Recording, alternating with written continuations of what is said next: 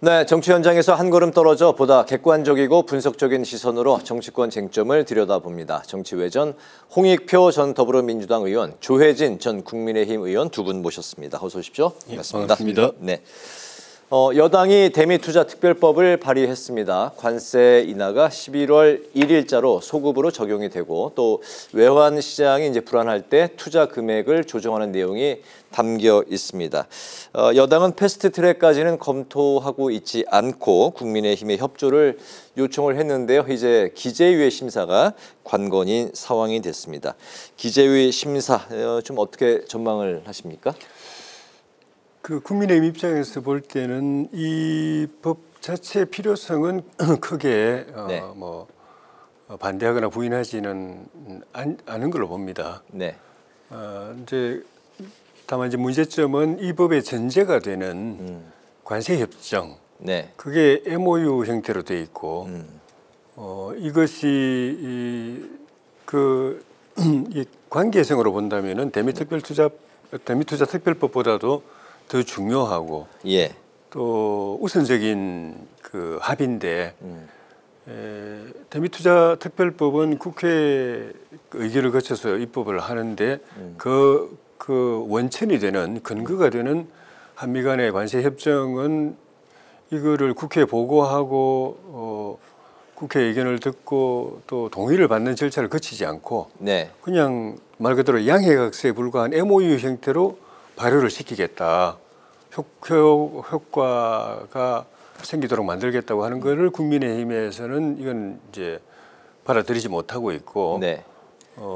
지금도 아마 대미투자특별법을 처리하려면 그 전제가 되는 그 관세협정 내용에 대해서 네. 국회 보고하고 검토를 받고 동의를 받아라. 그 입장인 것 같아요. 네. 그래서 그 민주당은 지금 말씀하신 것처럼 대미투자특별법을 패스트트랙까지 동원해서 처리하지는 않겠다고 이야기를 하는데 이것도 그 일정한 시간이 있는 것 아니겠습니까? 그냥 네. 마냥 늦출 수는 없는데 국민의힘과 이 그 협정 동의 부분에 대해서 합의가 안 됐을 때 그래서 국민의힘이 대미투자특별법을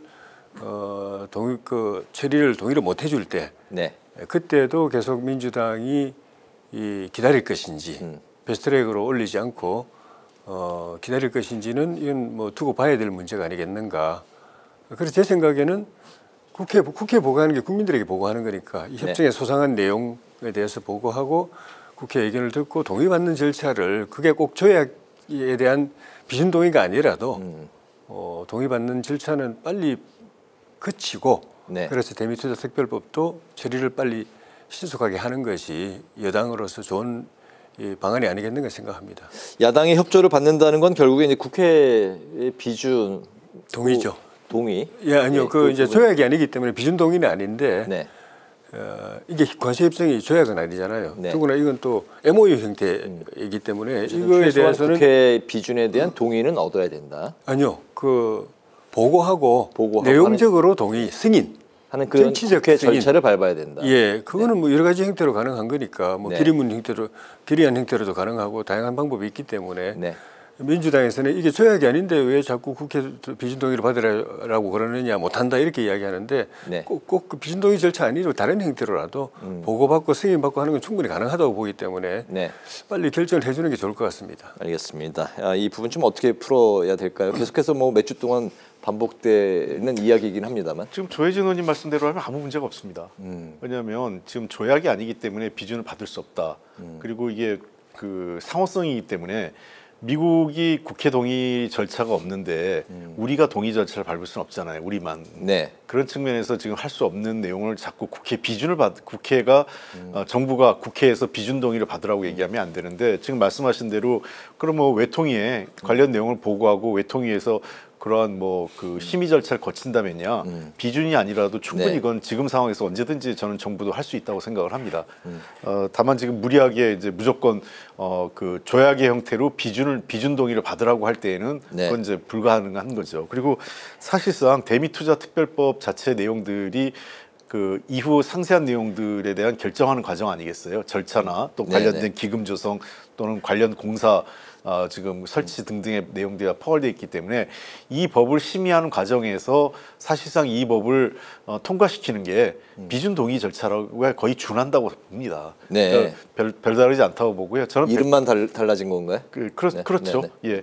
그러니까 조약이면 비준 동의를 받아야 되는데 조약이 아니기 때문에 대미투자특별법을 통해서 정부는 국회에게 관련 내용을 소상히 보고하고 국회는 대미투자특별법을 심의 그다음에 통과시킴으로 인해서 법안 통과를 함으로써 사실상의 비준 동의에 준하는 효과를 거둘 수 있다 이렇게 보이고요. 네. 또 나가서 저는 전에도 한번 비슷한 얘기를 한 적이 있는데 건바이 건 이후에 구체적으로 투자 심의가 완성돼서 어떤 투자 합의가 이루어진다면 그것대로 필요하다면 국회에 심의 절차를 거칠 수 있다고 봐요. 지금 현재는 어떤 사업에 어떤 돈이 들어갈지를 특정화할 수 없는 상태이기 때문에 국회의 어떤 세부적인 사업에 대한 보고나 동의를 받기 어려운 상황이죠. 예, 알겠습니다. 대미투자특별법에 대한 여야 이견이 있는 사안에 대해서 두 분의 말씀을 들었고 오늘은 좀 이 정도로 정리를 하고 다음 이슈가 대장동 항소포기 국정조사 협상인데요. 이게 이제 합의의 이제 계기를 마련을 한 것 같습니다. 송원석 국민의힘 원내대표가 특위 주장을 접고 법사위에 국정조사 수용 의사를 밝혔습니다. 단지 이제 단서를 달았는데 추미애 법사위원장의 독단적인 운영 중단을 조건으로 걸었고 추가로 법사위 야당 간사 선임은 좀 받아들여라 이렇게 언급을 했습니다. 국민의힘이 국정조사, 법사위 국정조사를 받아들인 그 배경 그리고 앞으로 이제 국정조사가 좀 어떻게 좀 순조롭게 진행될 가능성이 좀 문을 연 건지 이 사안은 좀 어떻게 보십니까? 네, 일단은 뭐 야당에서 특위하고 동수 의석을 고집하다가 이제 두 개를 다 포기하고 그냥 법사위에서 하겠다 네. 했기 때문에 큰 어떤 장애물을 넘은 듯해 보이지만 새로운 장애물을 내건 게 돼요. 그러니까 예를 들면 네. 법사위에서 하는데 뭐 추위원장의 독단적인 운영을 중단해라 뭐 이럴 수 있습니다. 뭐 네. 그거는 추미애 법사위원장도 뭐 하고 싶어서 지금 독단적으로 한 게 아니라 여러 가지 상황이 충돌하다 보니까 최종적으로 어차피 국회가 양측의 의견이 충돌할 때에는 다수 의결을 통해서 결정할 수밖에 없는 상황이 하기 때문에 그렇게 되는 거거든요. 예. 그런 측면에서 뭐 추미애 위원장이 일부러 독자적이고 단독 운영을 하는 거 아니다 이렇게 보기 때문에 이것도 문제는 아닌데 제일 큰 문제가 간사 문제예요. 그러니까 결국은 이건 나경원 의원을 간사 승인하라는 건데 제가 보기에는 이거는 김병기 원내대표나 민주당이 수용을 안 할 것 같습니다. 네. 이미 이거에서 불가한 이유를 여러 차례 얘기했는데 이것을 들고 나오면서 저는 도리어 더 큰 문제가 생겼다 생각을 합니다. 차라리 제가 이렇게 민주당 주변의 얘기를 들어보면 여야 동수가 아닌 의석 네. 비례만 한다면 특위도 받을 수 있는 분위기였어요. 민주당이요. 네. 도리어 그런 제안을 하지 않고 법사위로 가면서 나경원 의원 간사 선임을 들고 나온 거는 저는 도리어 이 판이 깨질 가능성이 훨씬 높아졌다 이렇게 보입니다. 네, 그렇게 보시는군요. 네. 조건으로 내걸었던 게 사실상 뭐 추미애 위원장의 독단 운영 뭐 이 부분이 아니라 야당 간사 선임이 더 이제 핵심이다라고 이제 말씀을 하셨고 국민의힘은 만약에 이 사안이 제대로 민주당이 해결을 못하면 내일 필리버스터도 검토할 수 있다 이런 현재 입장인 것 같아요. 추미애 위원장의 독단적인 운영 안 하겠다는 약속 그게 결국은 이제 우리 국민의힘 몫의 법사위 간사 임명하고 같은 의미입니다.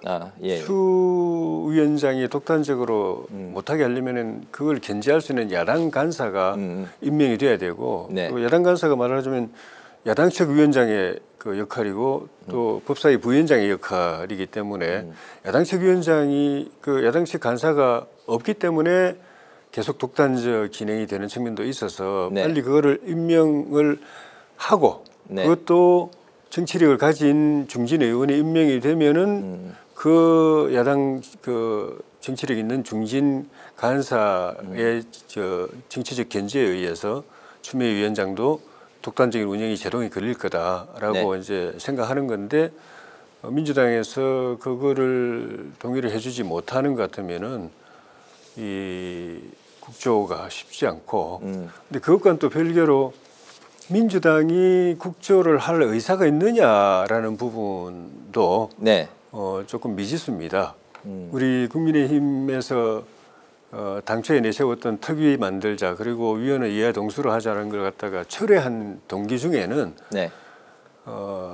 민주당이 이 국조를 할 의사가 없다, 하고 싶어 하지 않다. 그래서 이걸 파기하려고 하는 핑계거리를 자꾸 찾는 것 같다. 네. 그래서 결국 뭐 국민의힘이 특위 요구하고 예동수 요구하는 바람에 이거는 안 됐다라고 하려고 하는 것 같으니까 그렇게 달아나지 못하도록 국조 거를 이렇게 무산시키지 못하도록 그리고 그 핑계를 우리 국민의힘에게 떠넘기지 못하도록 하기 위해서 그럼 그 조건 우리가 철회한다라고 한 측면이 있어요.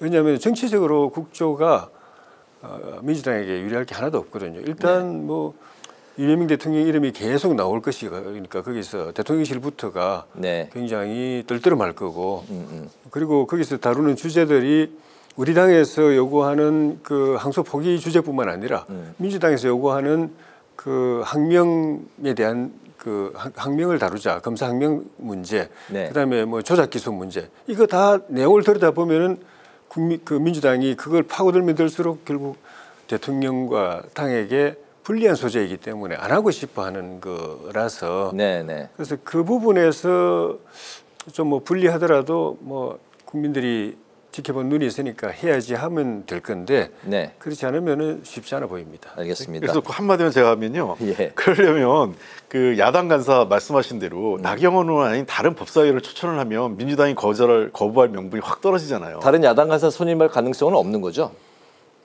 현재까지는 말씀드린 대로 추미애 위원장이 이례적으로 네. 정말 뭐 민주당 안에서도 통제가 안 될 정도로 저렇게 독단적으로 운영하는 거를 최소한으로나마 견제를 하려면은 그런 나경원 정치적 의원이 무게를 해야 가진 된다? 사람, 네. 나경원 의원 정도가 아니면은 막 그 야당 간사 무시하고 또 그냥 마이웨이로 갈 거다라는 생각인 것 같아요. 단기적으로 이렇게 되면요. 안 되는 겁니다. 그러니까 안 되는 그 제가 모르겠잖아요. 차라리 아까 특위로 가고 그 여야 의석 비례로 갔으면 저는 특위 받았을 거예요. 제가 확인한 바에는. 네. 근데 법사위로 가면서 나경원 간사권을 들고 나왔기 때문에 이거는 특위는 제가 보기에는 이 국조는 거의 불가능한 상황으로 가는 겁니다. 민주당은 계속해서 나경원 의원은 절대 간사로 선임할 수 없다는 입장. 예, 법사위는 물론 법사위에 있는 것 자체도 받아들일 수 없는데 네. 그거는 몰라도 간사는 안 된다는 걸 이미 명확히 해놨잖아요. 이건 그러니까 아까 조혜진 의원님 말씀하신 대로 뭐 저는 민주당이 그 국조를 피할 이유가 하나도 없다고 보는데 그러려면 나경원 의원이 아닌 제3의 인물을 간사로 제시하면 네. 저는 그거에 따라서 정말 민주당이 하려고 하는지 아니면 거부하려고 하는지가 분명히 드러날 거로 보입니다. 알겠습니다. 이슈가 많기 때문에 이 정도로 하고 또 다음 이슈로 넘어가겠습니다. 이재명 대통령의 귀국으로 여당이 사법개혁의 속도를 더 낼 것 같습니다. 지도부가 내란 재판부 추진을 공식화했고 또 사법 정상화 TF는 법원 행정처를 폐지하고 또 사법행정위원회를 통해서 13명을 두고 이 중 이제 법관은 4에서 6인, 나머지는 외부 인사로 충원을 하겠다. 바로 이 지점을 갖고 여야 간에 상당히 충돌하고 있는 그런 상황인데요. 특히 이제 사법행정위원회 13명, 이 외부 인사를 다수로 두겠다. 이 부분에 대해서 두 분의 좀 생각을 이 지점을 좀 중점적으로 좀 들어볼까 하는데요. 예, 먼저 조 의원님. 일단은 사법행정이 헌법이 보장하고 있는 사법권 독립의 핵심적인 내용인데 네. 그거를 법원으로부터 박탈하겠다고 하는 거는 사법부 독립을 침해하고 파괴하고 헌법 위반입니다. 네. 그 자체로서 해서는 안 될 일을 지금 추진하고 있는 것이고 그 다음에는 그 사법행정권을 통해서 결국은 민주당 입맛대로 재판에 영향을 주는 거. 민주당이 사법행정권을 장악하기 여러 가지 이제 이런 제도적 장치를 통해서 장악하려고 하는 거는 그냥 인사를 통해 사법행정권이 주요 그 권한이 이제 인사, 예산 뭐 이런 것들인데 네. 판사 인사를 통해서 누구 봐주고 싶어서 그런 게 아닙니다. 판사 인사권을 사법행정위원회를 통해서 민주당이 장악하고 재판에 영향을 주려고 네. 지금 현재 여러 가지 재판뿐만 정치적 재판뿐만 아니라 이후의 재판, 정치적 재판에도 민주당이 원하는 재판 쪽으로 재판하게 만들려고 지금 행정권을 인사권을 포함한 행정권을 장악하려고 하는 것이거든요. 네. 이것도 삼권 분립을 완전히 파괴하는 거거든요. 이미 입법권, 민주당이 입법권, 행정권 장악했는데 네. 사법권까지 그런 식으로 해서 재판도 당에서 원하는 쪽으로 네. 당에서 내리는 결론적으로 재판하게 만든다면은 대한민국은 이건 더 이상 민주국가가 아닙니다. 네네. 헌법국가도 아니고 네. 그런 시도이기 때문에 이거는 해소도 안 되고 또 하는 것을 절대 야당이나 국민들이 막아내야 되는 그런 이 상황까지 지금 와 있다고 봅니다. 사법행정위원회 13명 중에 법관은 4에서 6인. 그렇다면 이제 자연스럽게 나머지 외부 인사가 7에서 이제 9인 정도로 더 이제 다수를 차지하게 되는데 이 외부 인사가 국민의힘 주장대로 민주당 입맛에 맞는 인사로 충원이 될 가능성이 있는 겁니까? 글쎄요, 뭐 그거는 제가 보기엔 민주당이 그런 일은 벌이지 않을 거로 보입니다. 민주당이 사법부를 장악해서 뭘 얻고 뭐를 더 그 좋은 일이 있겠습니까? 그러니까 사법부에 대한 독립 문제는 누구나 다 공감을 하고 있고 우리 헌법에 보장되고 있는 삼권 분립에서 핵심은 사법부의 재판에 있어서의 법관이 법과 양심에 의해서 판결하게 하도록 하는 게 너무나 중요한 원칙이죠.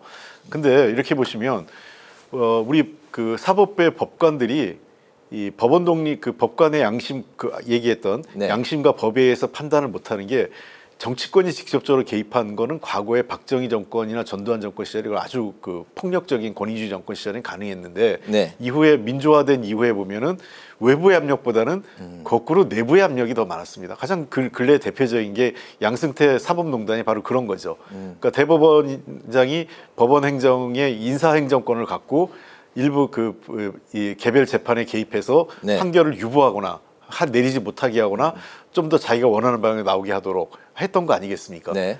저 판결문을 미리 보거나 이런 식으로요. 그런 측면에서 지금 이미 법원의 그 대법원장과 사법 그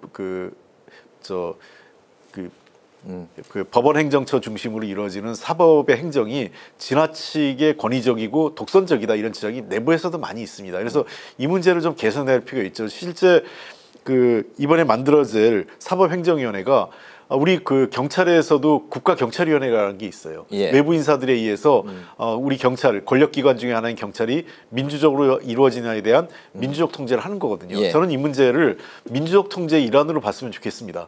그래서 그런 측면에서 당연히 그 사법운영위원회에 들어올 분들이 외부 인사라고 해서 그냥 법과 아무 무관한 사람이 들어오시겠습니까? 대부분 법조인들이 들어오실 거예요. 과거 법관 출신이거나 또는 뭐 하여간 법조계에서 오랜 충분한 경력이 있는 분들. 저는 도리어 그 사법운영위에 들어갈 분들의 경력이나 이런 그 자격 요건을 좀 더 강화할 필요가 있다고 봐요. 예를 들면 정당 개입을 하지 않았거나, 예. 뭐 과거 정당에서 공천을 받아서 출마한 경력이 없다거나, 뭐 등등 이런 것들을 조건으로 걸고 그다음에 법조계 경력이 일정 수준 이상의 가진 분들을 대상으로 네. 사법 운영에 할 수 있다면 충분히 사법 독립을 지킬 수 있다고 보고 지금의 그 대법원장과 이 기본 법원행정처장 중심으로 이루어지는 독단적 운영을 좀 막을 수 있다고 생각을 합니다. 저는 이 안에 그 민주당의 안이 나온 거고요. 이 안에 대해서 제가 얘기한 것처럼 저는 국민의힘이 도리어 민주당 안에 대해서 그 합리적인 지적과 함께 개선 보완책을 냈으면 좋겠어요. 예컨대 법관의 수가 너무 적다.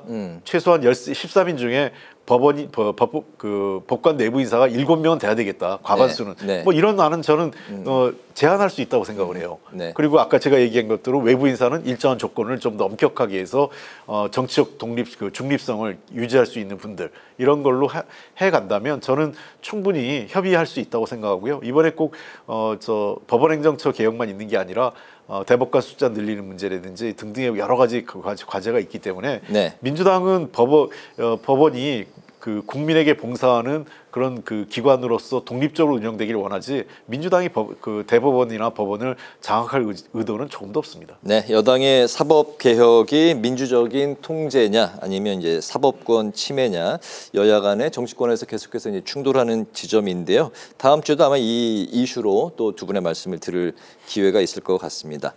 내일 추경호 의원 체포 동의안이 본회의에서 이제 표결에 붙여지게 됩니다. 국민의힘이 이제 거부 속에 체포 동의안이 만약에 이제 통과가 된다면 다음 달 3일 비상계엄 1주기쯤에 맞춰서 구속 여부가 결정될 것 같습니다. 국민의힘에서는 일부러 그런 그 타임 테이블을 비상계엄 1주기에 맞춘 게 아니냐 이런 의심도 있는 상황 속에서 추경호 의원의 구속 여부 이 변수를 고려해서 국민의힘이 다음 주 계엄 1년 메시지를 좀 어떤 형태로 낼 것인지 좀 예상을 해볼 수 있을까요? 당 내에서는 초재선 중진들이 계엄 사태 그 이후의 모든 사태들에 대해서 국민의힘이 국민들께 진정성을 갖고 사과해야 된다는 주장이 많은데 지도부는 고민을 아직 하고 있는 것 같고 네. 최종적으로 어떤 메시지를 낼지는 현재로서는 참 예측하기 어려울 정도로 당내의 논의나 또 이견, 갈등도 굉장히 첨예하게 맞서고 있지 않나 하는 생각이 듭니다. 네. 근데 제 개인적인 생각으로는 당은 지난번 계엄 사태, 그 이후에 탄핵 사태, 네. 그로 인해서 대선이 조기에 치러지고 우리가 국민이 위임한 임기도 대통령 임기도 제대로 못 지키고 정권을 넘겨주고 그 이후에 새로 들어선 이재명 정권, 민주당 정권이 헌법 질서, 또 의회주의, 또 사법 독립, 상권 분립 이런 것들을 철저하게 파괴해가고 일당이 이미 의회와 행정권을 3권 중에 2개를 장악한 당이 사법부까지 계속 압박하고 억압하고 압살하려는 쪽으로, 그래서 사법권까지 장악하려는 쪽으로 가는 이 모습, 이런 나라가 된 거, 그걸 보고서 양식 있는 국민들은 모두 걱정하고 밤에 잠을 못 이루는 이런 상황을 만든 거에 대해서 네. 그걸 우리 국민의힘이 국민들께 사과하고 이걸 어떻게든 막아내겠다. 네. 이재명 정부 그런 측면에서 이재명 정권에 대해서 이런 행태에 대해서 반대하고 이거는 막아야 되겠다고 생각하는 모든 사람들, 모든 집단들, 모든 세력들과 정치적으로 뭐 다소간 입장 차이가 있다든지 뭐 생각의 차이가 있더라도 그걸 뛰어넘어 가지고 네. 근본에 있어서 생각이 같다면은 이 모두가 모두 손잡고 힘을 하나로 모으도록 하겠다. 예. 국민의힘이 그 모으는 그릇의 역할을 하겠다.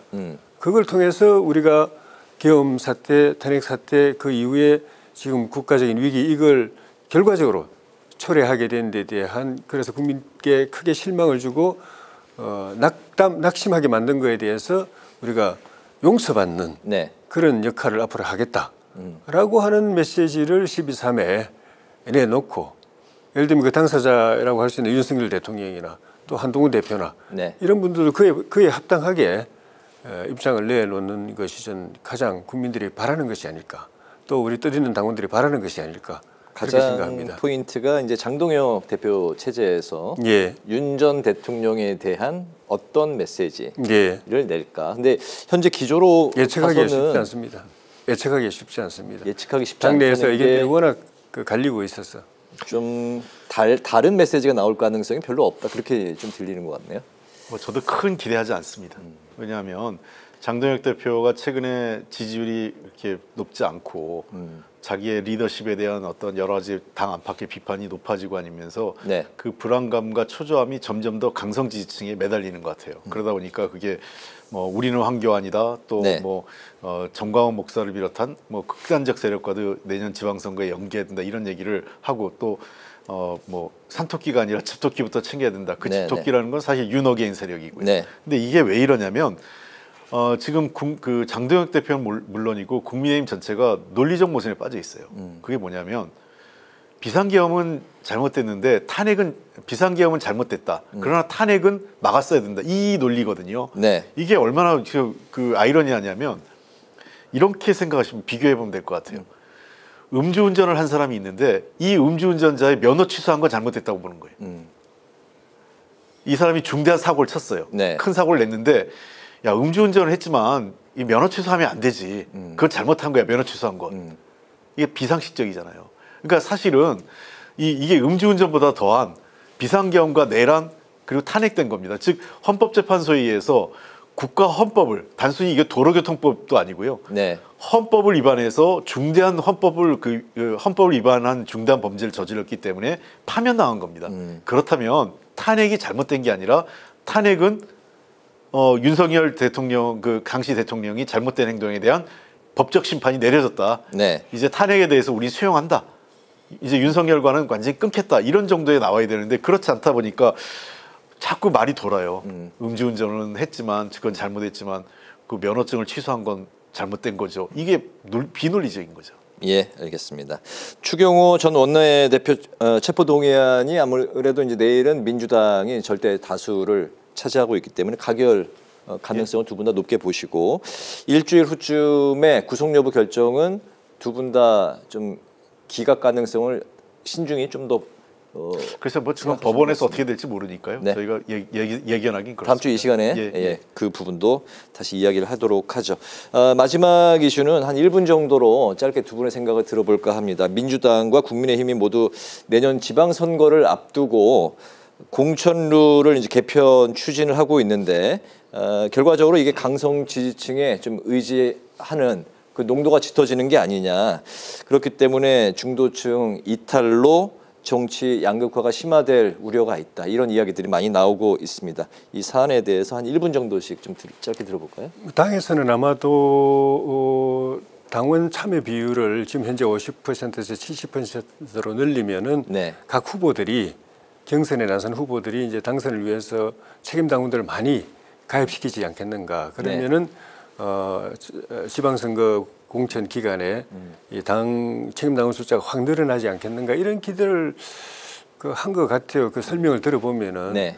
그런데 그렇게 꼭 굳이 늘리지 않더라도 현재 50%대로 하더라도 후보들은 최대한 많은 책임 당원 가입시키려고 노력하고 있습니다. 그것이 꼭 있어야 그렇게 되는 건 아니라고 생각이 드는데 그거보다는 당 내에서도 지금 오히려 우리가 외연을 확장하고 국민들 마음을 얻기 위해서는 현재 50%보다도 오히려 차라리 전체 100% 국민 경선으로 하는 게 어떨까 하는 이야기도 네. 나오고 있는 상황에서 오히려 이제 줄여버리면은 일반 국민들 또 중도층들이 그걸 어떻게 바라볼지 네. 그것을 국민 여론은 좀 가볍게 보고 당원 여론만 보고 가겠다는 쪽으로 만약에 비치게 되면은 큰 틀에서는 이게 더 민심이 더 달아나고 정치적으로 우리가 손실이 더 큰 거기 때문에 지방선거 기획단에서는 그렇게 안을 냈지만은 네. 당 지도부에서는 좀 심각하게 고민을 해서 크게 봐서 우리 당에게 고민되는 방향으로 결론을 내려줬으면 좋겠습니다. 알겠습니다. 민심을 많이 반영하기를 바란다는 그런 말씀으로 들립니다. 제 개인적인 이해관계는 또 다르지만은 네. 지방선거에 참여하는 개인적 입장하고는 또 다르지만은 당의 입장에서 보면은 민심을 최대한 많이 반영하는 게 옳죠. 알겠습니다. 예. 두 분 다 지방 선거에 이제 도전 의사를 밝히셨는데요. 예. 어떻게 보십니까? 예, 민주당의 1인 1표제는 지방선거 공천과는 아무런 관련이 없습니다. 이것은 내년 8월에 있는 당대표 선거에 대표와 최고위원 선출에 영향을 줄 뿐이거든요. 네. 그 측면에서 이번 지방선거 공천과는 무관하다 이렇게 보고 다만 이 문제에 대해서는 그동안 이재명 당대표 때부터 지속적으로 이러한 원칙을 지향했었기 때문에 일부 그 당원들이나 또 의원들, 최고위원들이 문제 제기하는 것처럼 정청래 당대표가 좀 더 충분한 논의와 그 관련된 보완 대책을 함께해서 그 1인 1표, 그러니까 그 대의원과 권리당원의 표를 동일하게 하는 것으로 가는 개혁을 좀 더 조용하고 깔끔하게 처리했으면 좋겠다. 이게 좀 제 생각이고요. 예. 두 번째, 국민의힘 관련돼서 당심 70%는 이거는 완전히 역행하는 거라고 생각합니다. 왜 그러냐면 제가 도리어 정말 저 충심으로 국민의힘에 권한다면 오픈 프라이머리를 하라 그러겠어요. 네. 저희가 민주당도 어려웠을 때가 있었습니다. 2011년에 기억나실지 모르겠지만 박원순 당시 시장이 보궐선거로 당선될 때 저희가 오픈 프라이머리로 박원순 시장을 모셨어요. 그때 박원순 시장은 민주당 후보가 아니었습니다. 네네. 무소속 시민 후보로 나왔고 우리 민주당 후보하고 오픈 프라이머리 경선에서 이겨서 국민의힘 그 당시 나경원 후보하고 해서 이겼거든요. 네. 그런 측면에서 어려운 시기일수록 국민 여론을 들을 수 있는 그러한 이 경선 방식을 선택하는 게 맞는데 더군다나 저는 문제는 지금 이게 나경원 의원이 그 기획단장이에요. 이걸 추진하는데. 네네. 근데 나경원 의원이 지금 서울시장 후보 가능성을 여전히 열어놓고 있잖아요. 네. 후보로 나갈 사람이 게임의 룰을 정하는 거는 이건 그 여야를 막론하고 제가 지금까지 봐왔던 정당사에서 있었던 일이 아닙니다. 나경원 의원이 그렇다면 본인이 서울시장 출마하지 않겠다라고 하고 기획단장을 맡거나 네. 아니면 기획단장을 내려놔야 돼요. 출마할 생각이 있다면. 그러니까 서울시장 출마 가능성을 열어놓으면서 기획단장을 하는 거는 이거는 굉장한 문제가 됩니다. 알겠습니다. 오늘 여러 번 나경원 의원이 등장을 합니다. 알겠습니다. 정치회전 이제 마무리하겠습니다. 지금까지 홍익표 전 더불어민주당 의원, 조혜진 전 국민의힘 의원과 함께 오늘의 전국 현안 두루 살펴봤습니다. 두 말씀 잘 들었습니다. 감사합니다.